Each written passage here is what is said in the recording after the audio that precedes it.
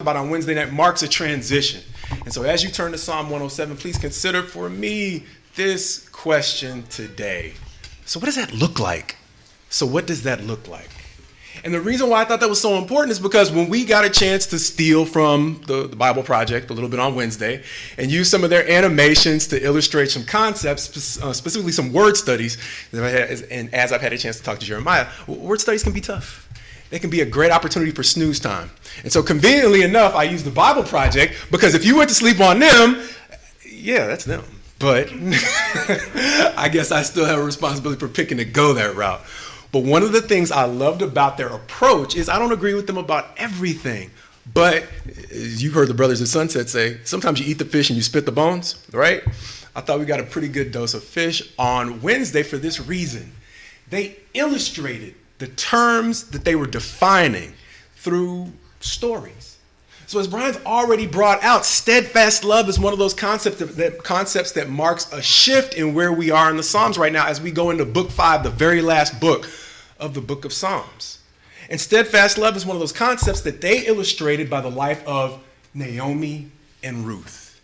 And they said, if you need a simple explanation of what it looks like, look to what happened when Ruth stood by Naomi, not for anything that Naomi could do for her, but simply because of the fact that Naomi needed someone to love her.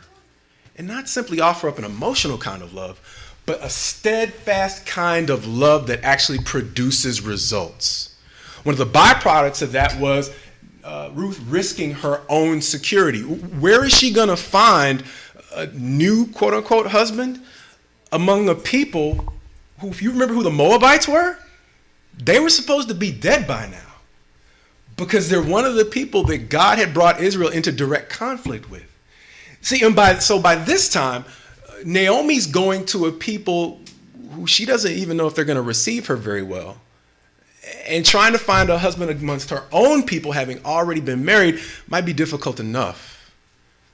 How much more going to a place where you don't know whether or not you'll be welcomed at all? And so that's the context in which she chose to show steadfast love to Naomi. That's what it looks like.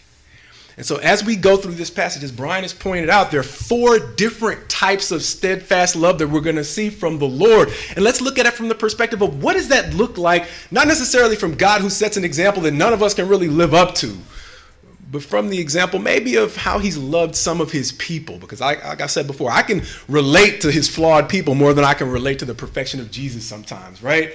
Seems like a great target, something for me to shoot for, but not something I can always relate to. Let's look at it from the perspective of those who've actually been the beneficiaries of steadfast love. So he's already pointed out that it breaks down into 4 sections as it talks to 4 type of people. But actually, let's look at it in 7 sections. I'm going to break down the verses, and then we're going to go back through it without reading the whole passage again. He's already done a great job of getting us a reading of what it looks like as a whole. But verses 1 through 3 are really going to talk about that whole concept that we've already mentioned. What does it look like in the terms of steadfast love in a real-life example? And that's Naomi and Ruth. We've already talked about that. In verses 4 through 9, he's going to talk about steadfast love in another capacity. We've mentioned it. Sometimes there are things, reproaches, that have absolutely nothing to do with sins we've committed, but they still end us up in a place where we can sometimes wonder, where's the outdate for this? Where's the end spot? And then in verses 10 through 16, he's going to talk about some things that a little bit might hit a little bit more close to home when we look at, okay, now that I've stumbled, is it possible for me to still find forgiveness? And it's going to be the same thing that continues on in a little bit different light when he talks about iniquities in verses 17 through 22. And then finally, verses 23 through 32 are going to give us a look of what steadfast love looks like to people who are simply going on about their business, sometimes actually doing the Lord's business, and finding themselves in difficult situations that sometimes cause them to ask why. And the consistent thing throughout all of these passages is the steadfast love of the Lord is the one thing that gets all of these folks through, whether they've sinned or not. Those who, over and over, there's another concept that we're going to see that accompanies the steadfast love of the Lord. It's always preceded by a cry to the Lord. Let's look at it item by item, item by item. In verse 4, some wandered in desert wastes, finding no way to a city to dwell in, hungry and thirsty. Their soul fainted within them. Notice it says nothing about anything that they've done wrong. Look at the children of Israel if you need an example. There was a generation that was killed off in the wilderness. They had a generation that was actually going to inherit the promised land. Those kids were born into a wandering that had nothing to do with their actual sins. But they found themselves wandering in that difficulty just by nature of their birthright. And we've talked about it before, right? There are times when your difficulty has everything to do with why you were born, but it's connected to sometimes the greatness of the blessing that's ahead of you. And so for them to really appreciate that blessing, they had to first endure a rough start. And none of us control what situation we were born into in life, right? Sometimes it just seems like a blessing. Sometimes it just seems like a bumpy road. But this is the one thing that says, well, look, the common remedy in all four of these situations is what? They cried out to the Lord. Hi, Mark. How do you know? Marcus, you're making it up? No, let's keep reading. Sorry. Verse 6, they cried to the Lord in their trouble, and he delivered them from their distress. Notice that they weren't the only ones. There's a parable in the New Testament that reminds us of the tension, I guess, between a rich man and Lazarus. We don't know what Lazarus was born into. We don't know what his situation was, but we do know that he begged constantly, right? He said day by day, begging at the door of the rich man, and he found no mercy. But you see a fast forward to Abraham consoling Lazarus, or Lazarus lying in the bosom of Abraham. And here's the thing. It's not always the case that as a preacher, I can preach to you financial freedom and deliverance on this side, right? Liberty from the anxieties that beset us all, right, one way or another. I'd love to do that because it's easier to be a cheerleader than it is to be the bringer of bad news. And the bad news is sometimes there are some situations where we really don't know what the outdate will look like. And for Lazarus, the outdate was an outdate from this existence. That's the reality. Why? Because ultimately, he's not the only one. And toward the end of the book of John, the author says, look, if everything that Jesus did was written down, it would fill up the books of possibly innumerable libraries. But these things were written so that you might have life and have it more abundantly. And so we don't hear of all the different people beset by poverty, but we do see Lazarus as an example of those who are encouraged to hold on. Why? Is it just Lazarus' story? No. Jesus, when he preached his very first sermon, at least the one we have recorded in the way of the Sermon on the Mount in Matthew, he talks about blessed are those who hunger and thirst, not for food, but for righteousness. But back up, he says, blessed are the poor in spirit. And if you look at the version of that same sermon, sometimes called the Sermon on the Plain in Luke, he just says, blessed are the poor. And we've talked about it before. Some of the deepest conversations I've had were conversations I had breaking outside of my shell and comfort zone to talk to people who, for whatever reason, have an embarrassingly strong faith because of the fact that over and over again, they have to rely on that faith just to get their daily bread. I've heard a more experienced preacher talk about this from this capacity. It was hard for him to appreciate Jesus's prayer, Lord, give us this day our daily bread, growing up in an environment where he didn't have to pray for it every day.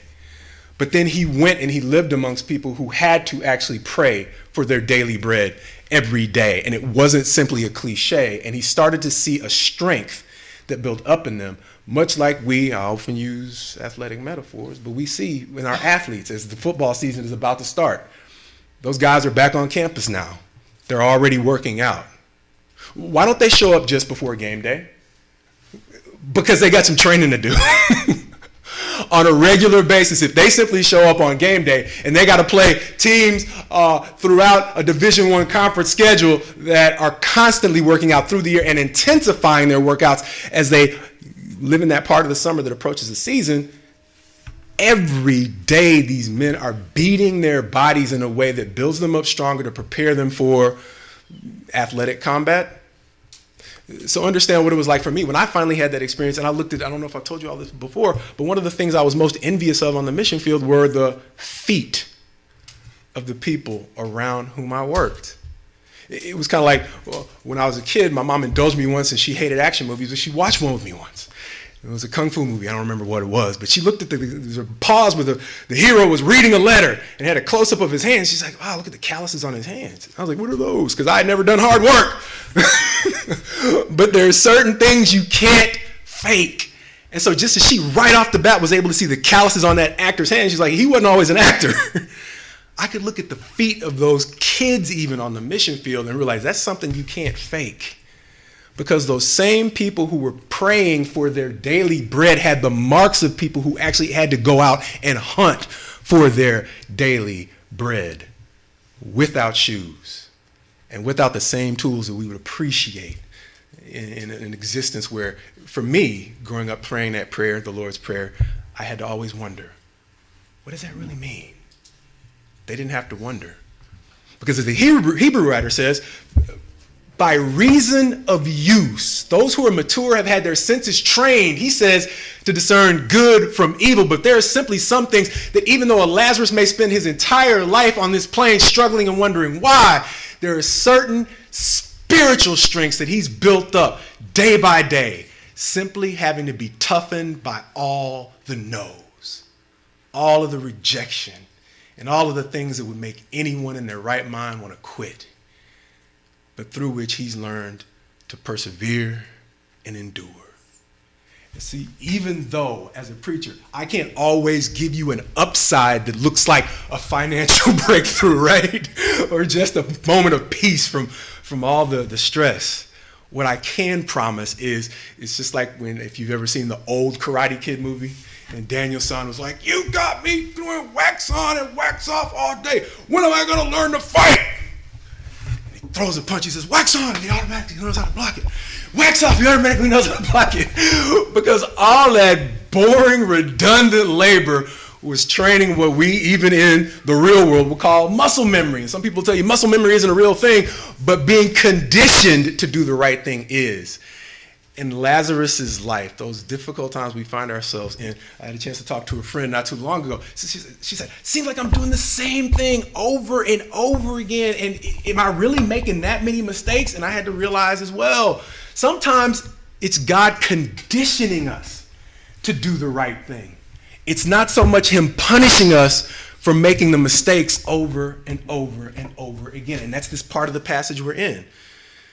The length of time that they spend in that what seems to be redundancy, maybe in the waste places, is a thing that's building strength, whether or not they ever see it on this plane. And understand, when the Bible, when Jesus, one of his final parables in going to the Father, he talks about this whole concept of, I have made you, or you've been faithful over a few things, now you'll be ruler over much. Sometimes we look at the heavenly plane or the afterlife as this spot, like we saw an image on Wednesday, where we're just kicking back and eating grapes, right? Being fed and right? Tasty foods and just kind of relaxing. And then rest is a part of what's described. But responsibility on the other side is also something that's described as well. And so it's not always easy to understand what portion rest and what portion responsibility. But understand the Lazaruses of this world are being strengthened for whatever it is they're called to do on the other side. And that's the same thing we find here in Psalm 107. Moving forward, he led them by a straight way till they reached the city to dwell in. That's verse 7. Verse 8. Let them thank the Lord for his steadfast love, for his wondrous works to the children of man. For he satisfies the longing soul, and the hungry soul he fills with good things. Going back to that portion of the Sermon on the Mount that we've already talked about, where Jesus said, blessed is the one who hungers and thirsts for righteousness. Why? Because his way out is provided by a straight way. Verse 7, he led them by a straight way. And here's the thing. As we transition into the next two sets of trials that he provides steadfast love of, it begs the question, okay, if God has provided me a way out of struggle, what does it look like for me to move forward in the straight way? As you've heard it before, the whole concept of the prodigal son, right? It's a son who went out on his own way, coming back, realizes the error of his ways, the way that he's wasted so many years and so many resources going out to explore. What would it look like if the prodigal came back simply to say, thanks for the new loot, Dad, let's go, right? And went right back out. And so when God provides a straight way out of our adversity, it begs the question, what does it look like for us to really be thankful for that second chance? As we go into the second set of verses, verse 10.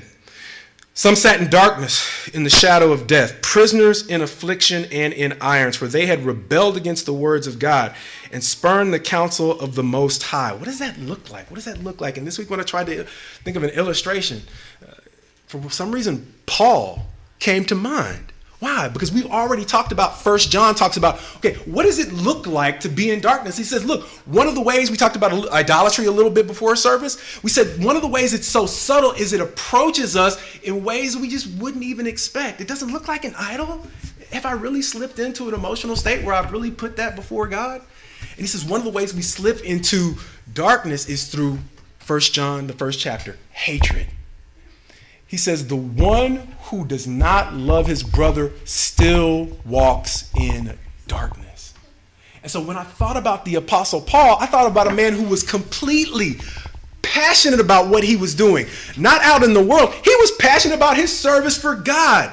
But he had such a hatred for the Christians who were basically, in his opinion, a heretic branch of Judaism, that he was blinded to the point where he thought that killing was serving God's purpose. And more importantly, killing God's people who had actually seen the Messiah. First of all, he was blinded to who the Messiah actually was by his own rejection of what the Messiah actually would be.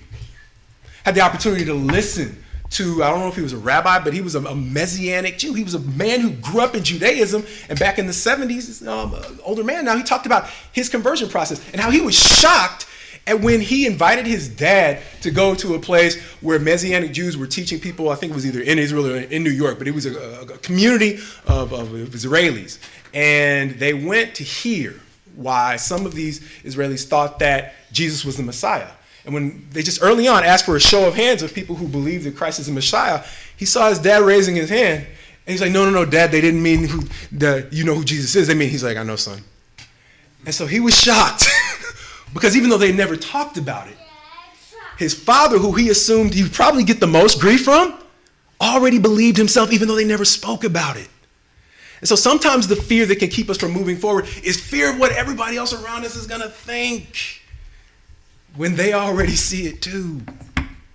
But then there are other times when there is a real hatred that we have to pierce through. And I can tell you, one of the reasons why I'm convinced the Hebrew writer says, do not let the root of bitterness spring up, is because it says, because it defiles many.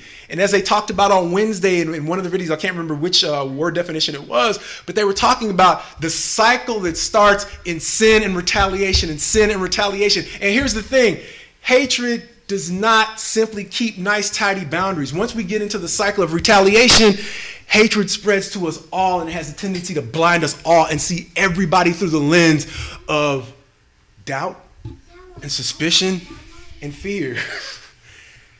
And that's the cycle I know personally. Growing up in the South, manhood, don't let anybody knock this chip off my shoulder. I wish you would. Right?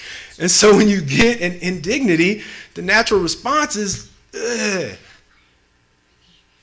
But one of the things that we begin to realize is that when the Bible says that, look, your enemy is, or are, the powerful the forces in spiritual places, it's so hard for me to not look at the flesh and blood through which my anger is focused and not see my enemy. It's hard for me to look past the flesh to the spirit to really realize we're really in the same fight.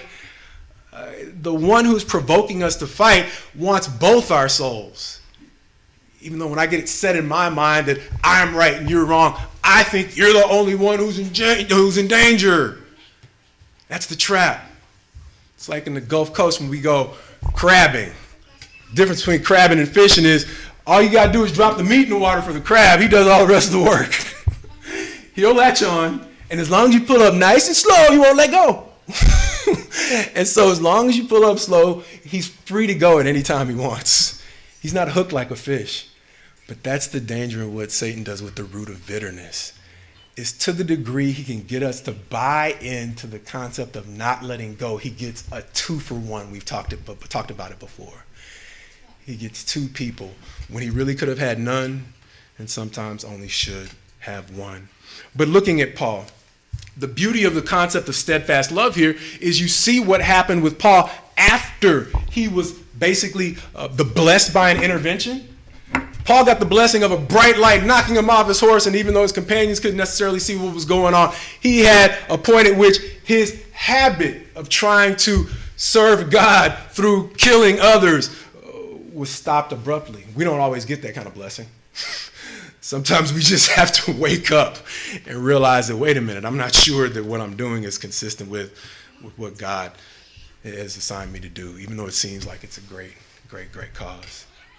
But understand what this looks like in the lives of some others, because Pharaoh was a man who also got great interventions, but none of them, 10 of them, in the form of miraculous destruction, really seemed to do the job. Now, some people would say, wait a minute, God hardened Pharaoh's heart.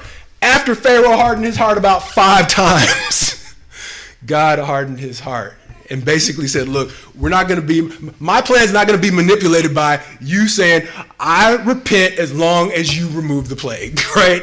My purpose is not going to just waver with your mood, Pharaoh.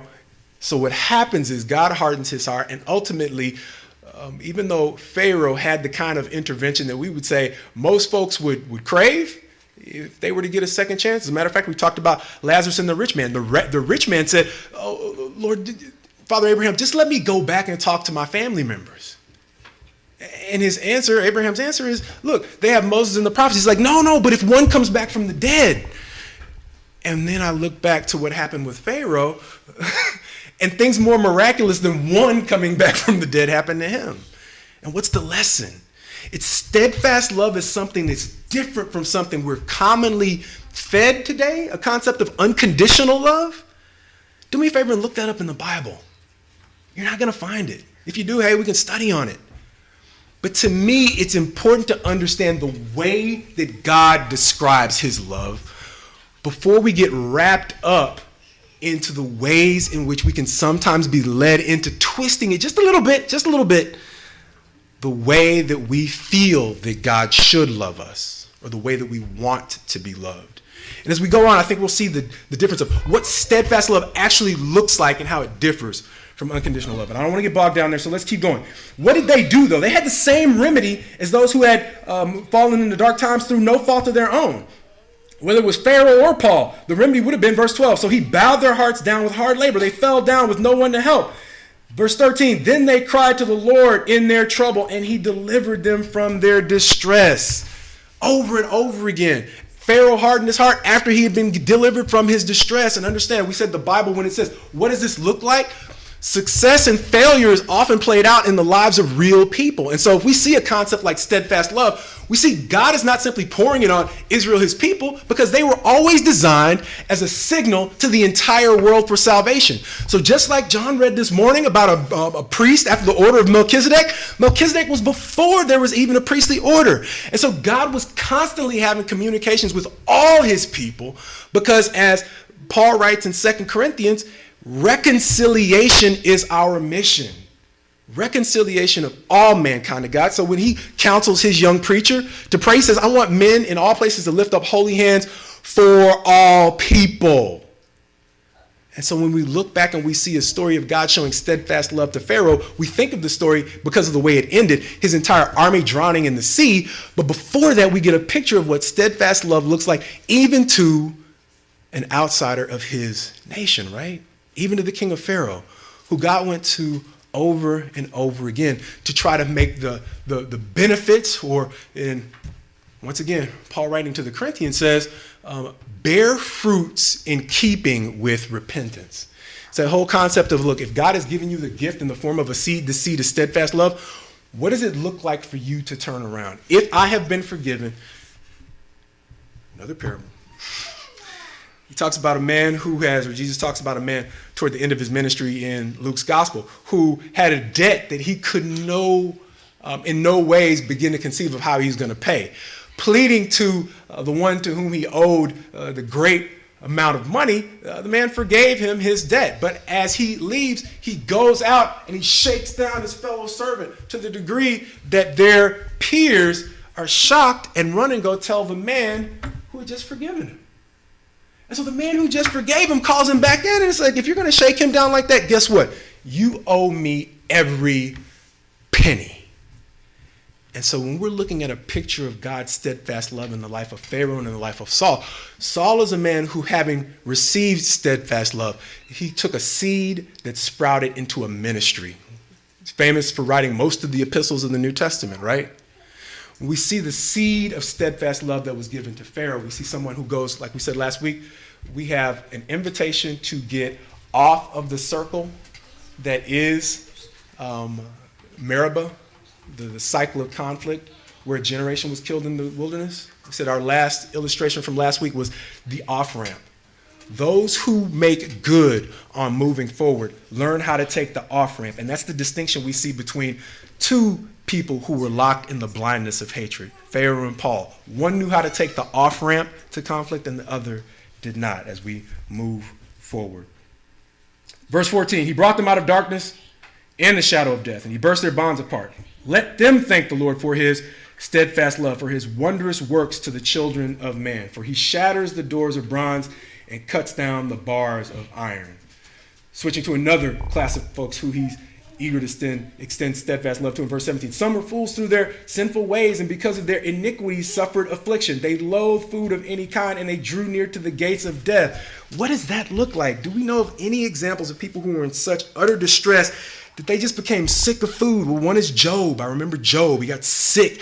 Elihu, the last one to rebuke him, the only one who God didn't rebuke for rebuking Job, says there are situations in which the times get so bad we don't want to eat, right? But that wasn't Job's fault. We all know that was God putting Job on display for all to see what it looks like for a righteous man to suffer. Now, is there anything else? Yeah, okay, Esther, right? She called for a fast when they were in jeopardy, in exile, but that wasn't because they sinned. It wasn't because they sinned. And there are other examples, but one of the examples that seems to illustrate this concept is David. When David sinned with Bathsheba, he fasted for the life of the child that was produced out of his sin, and it didn't work. It didn't work. Not only did David have to suffer the loss of that child, he ended up losing 2 more children before it turned around. And here's the thing. What does steadfast love look like? One of the reasons why when we were in Hebrews last week, Hebrews 3 and 4, it says, today is the day. It's because even when the steadfast love of the Lord rests on our lives, we heard it before, we hear it all the time. In a lot of ways, it's just review. The consequences linger. And so God loves us enough that when he pours out his steadfast love on us, he wants to see the days of our suffering shortened. How do we know this? Because David was going to sin again in the census.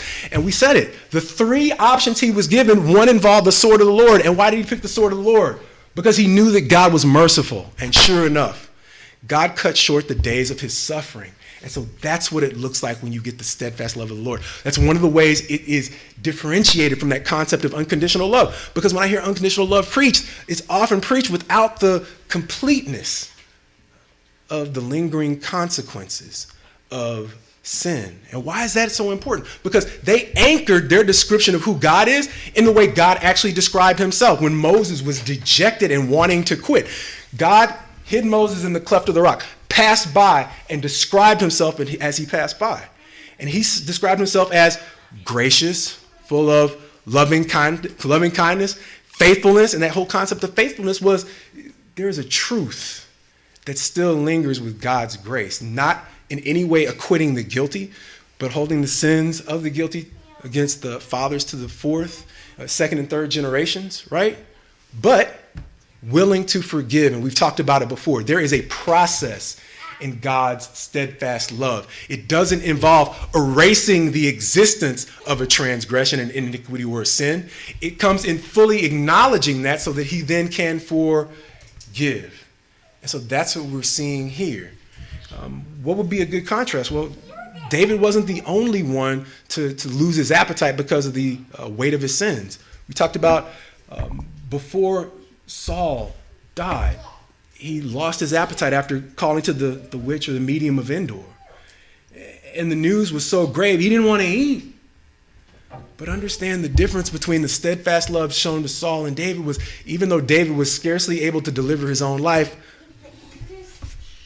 it was bad news. Much like when when Joseph delivered bad news to one of the members of the king's court and the other one was delivered. Understand, the steadfast love of the Lord still is something that we need to, as this group is described in verse 19, then they cried to the Lord in their trouble and he delivered them from their distress. You have to call to the Lord in a season in which he can be found.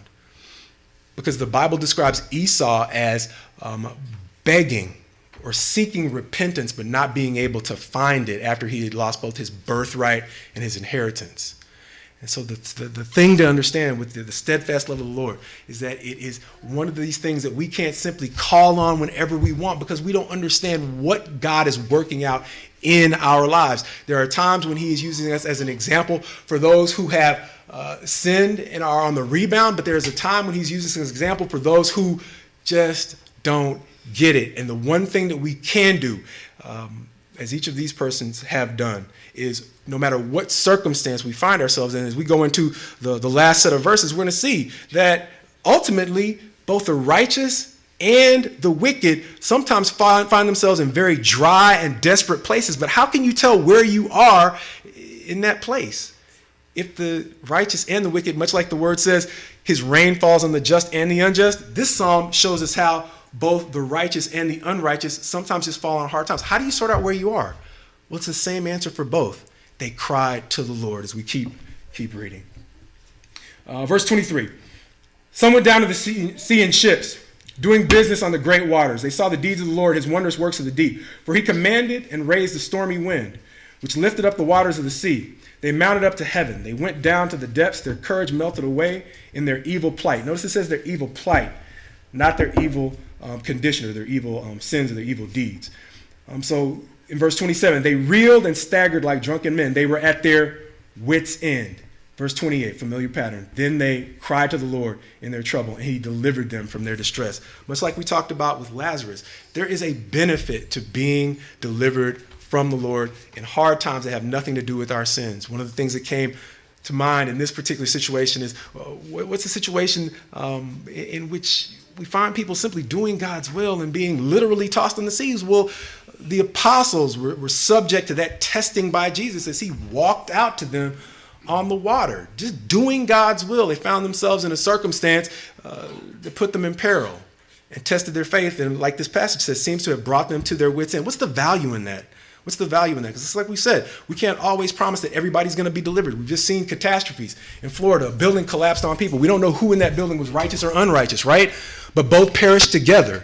More and more as we see catastrophes overtaking the land. Floods in Germany in places where they haven't necessarily seen floods before, right? Oh, wait, not just Germany, China, right? And so we see catastrophes falling in places where we don't usually see them. We can't discern who's righteous and who's unrighteous in those circumstances, but it's the same remedy for each and every person. Understand this. When even the righteous fall into those stormy seas and they're at their wits' end, we receive the blessing of understanding, as he'll say in Psalm 9 at the end, they realized that they were just men. And we've talked about it before. When we reach a streak where things are going too well, sometimes it's easy to forget that we're doing this. Just like if a coffee pot downstairs, sometimes the folks from NA&A, they plug in the coffee pot. That pot doesn't work too well if it's not plugged into the wall, right? It's easy for us to remember the power source of a coffee pot. Sometimes it's hard to remember the power source for our gifts and our talents, and this is the value. Much like Lazarus is trials and lengthy temptations built strength, our trials in the midst of really doing the right thing remind us of who our source of power actually is. And so if we can't have a promise for doing well or being lauded or fully respected for what it is we do on this side of life, we know that God is preparing us for a responsibility on the other side that must be great. Why? Because he's promised that if we've been faithful over a few things, he'll make us ruler over many. And so being a ruler comes with a level of preparation that we sometimes don't want. But as we've seen here, it's linked to his steadfast love. He's not letting us sink for a reason. And as we skip down to verse 33, as we move to a close, Let's look at how both the righteous and the wicked fall into the same circumstance sometimes. Verse 33, he turns the rivers into a desert. Understand, these are rivers. These are abundant places. He turns them into a desert, though. Springs of water into thirsty ground. A fruitful land into a salty waste because of the evil of its inhabitants. Then in verse 35, he turns a desert into pools of water and parched land into springs of water. For whom? Verse 36, and there he lets the hungry dwell, and they establish a city to live in. They sow fields and plant vineyards and get a fruitful yield. By his blessing they multiply greatly, and he does not let their livestock diminish. When they are diminished and brought low through oppression, evil, and sorrow, he pours contempt on princes and makes them wander in trackless waste. But he raises up the needy out of affliction and makes their families like flocks. The upright see it and are glad, and all wickedness shuts its mouth. And he ends with an admonition. Whoever is wise, let him attend to these things. Let him consider the steadfast love of the Lord. Once again, contrasting the way God describes his love, or the psalmist describes his love, the steadfast love of the Lord. It's different than unconditional love. And this is the warning I would offer up. Unconditional love is potentially dangerous as we consider it. On your own time, reconsider it. Like you said, I'm just one person, but I have done the word study before, and I've never found it. Understand how it differs from steadfast love. Fathers, if you're sending your daughters or even your sons out to find a mate, and unconditional love is the thing that mate is demanding, understand how that's a potentially dangerous situation. Why? Good luck finding the person who's actually going to love you unconditionally, because unconditional love is actually a dangerous thing, right? If you've been given, we've talked about the example, kids to protect, things to be responsible for. If you're the CEO of a Fortune 500 company, you've got somebody who's siphoning funds off of the company that you're responsible for, you're going to have some conditions on your love. You might be my buddy, but if you can't take care of the money, I'm not going down with you. That's a condition. It's a legitimate condition. Why? Thou shalt not steal. If I'm sending my daughter or my son out with you, there's some conditions on how you need to treat them. I might love you as a person. I might have been the one to arrange it. I want to be Cupid. But if you don't respect my son or daughter, there's some conditions on whether or not, as much as I love you, there are going to be some consequences, right?